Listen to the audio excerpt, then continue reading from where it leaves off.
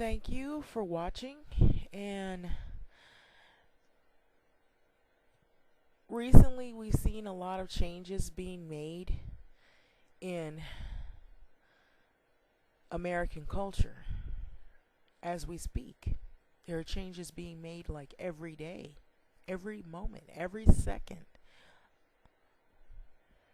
every minute of the hour. There is something new happening, and it's happening with rapid pace.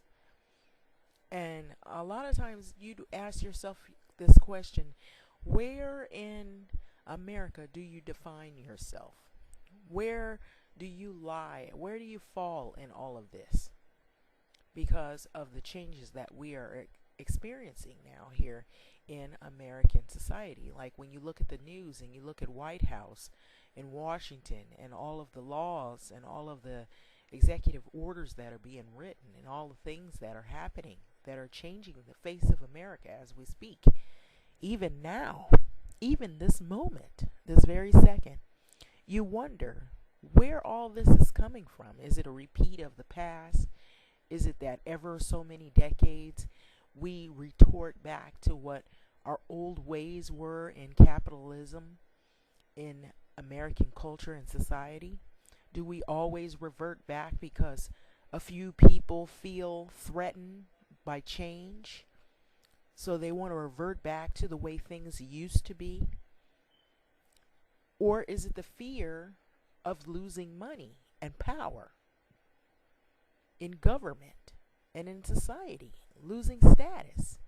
So you have a pyramid of capitalism, the capitalist system. And so you have the people who are of lower class at the bottom, and the people who all the way to the top who are about money and wealth and greed and themselves.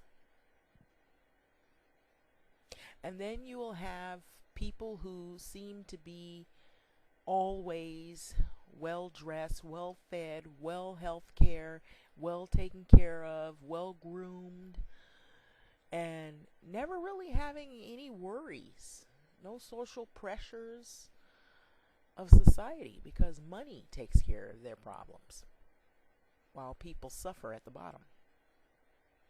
And people are usually perceived, if they don't have a lot of wealth, that they are lesser, they're not treated equal, and they're even talked to and viewed as differently. Now, if you're a person of wealth and stature and you have things, you're greeted with open arms, and if you are looking like you're poor and you don't have much, you're treated badly and you're talked to in an aggressive manner that is not welcoming.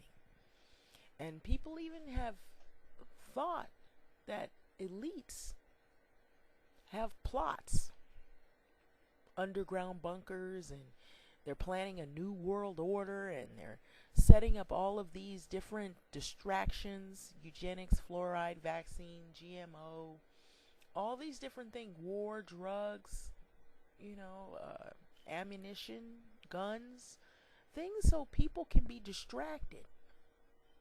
Social issues and pressures and all the things that poor people complain and gripe about all the time. These things are real. Particular cultures like African American cultures, worry about being illiterate, being a victim, violence, poverty, slavery, mental enslavement, and how you're viewed in the media. And do we look at this as a hoax? You'll see like many videos that crop up where they say that this is a hoax. This is not real. These are media distractions. This is not really happening, but it is happening. White people are looked at as needing help when there's a disaster, and black people, if they're looking for something, for help, they're viewed as looting when you're looking for food and shelter. So, white privilege Is that a distraction, or is that just something made up, or is it not true? Some people see it as being true. Or is it a distraction? Maybe it's a truth, but a distraction in the same way, because it diverts our attention from really the oligarchs are the people who are in control of everyone. Is it more the rich against the poor, rather than whites versus blacks, or wealthy whites versus people in poverty all over? Is there a few elites, like a 1% of individuals, that control everything and all the wealth? Police brutality against African American males, African American people or people of color, mass incarceration, death, war, poverty. And then you have the media and all of the other things that go with it. Are we being deceived, lied to? And people, you would ask yourself these questions. Who controls the media? Is media also used as a weapon of mass destruction? Mentally putting people's minds in the form of believing something that isn't really happening, or believing all of the distractions, or focusing more on distractions rather than what is really going on behind Washington's doors in the White House. Propaganda is what lies behind us and lies before us. Television, news outlets, social media, the people who run these organizations and these corporations, big government, and all of the things that people are absorbed with. You can't escape it. It's all over. It's not even just in American culture, but it seems to be the biggest issue.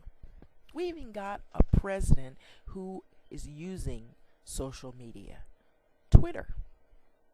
Every comment seems to be on this website, and it's probably doing quite well now that he uses it very frequent to voice his opinions.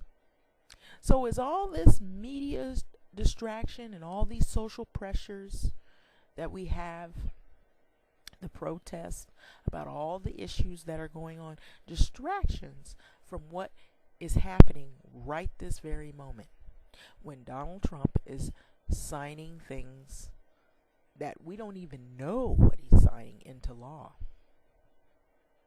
Is it a reverse because you have disgruntled people who want to change things and who want to recreate the past, but only make it anew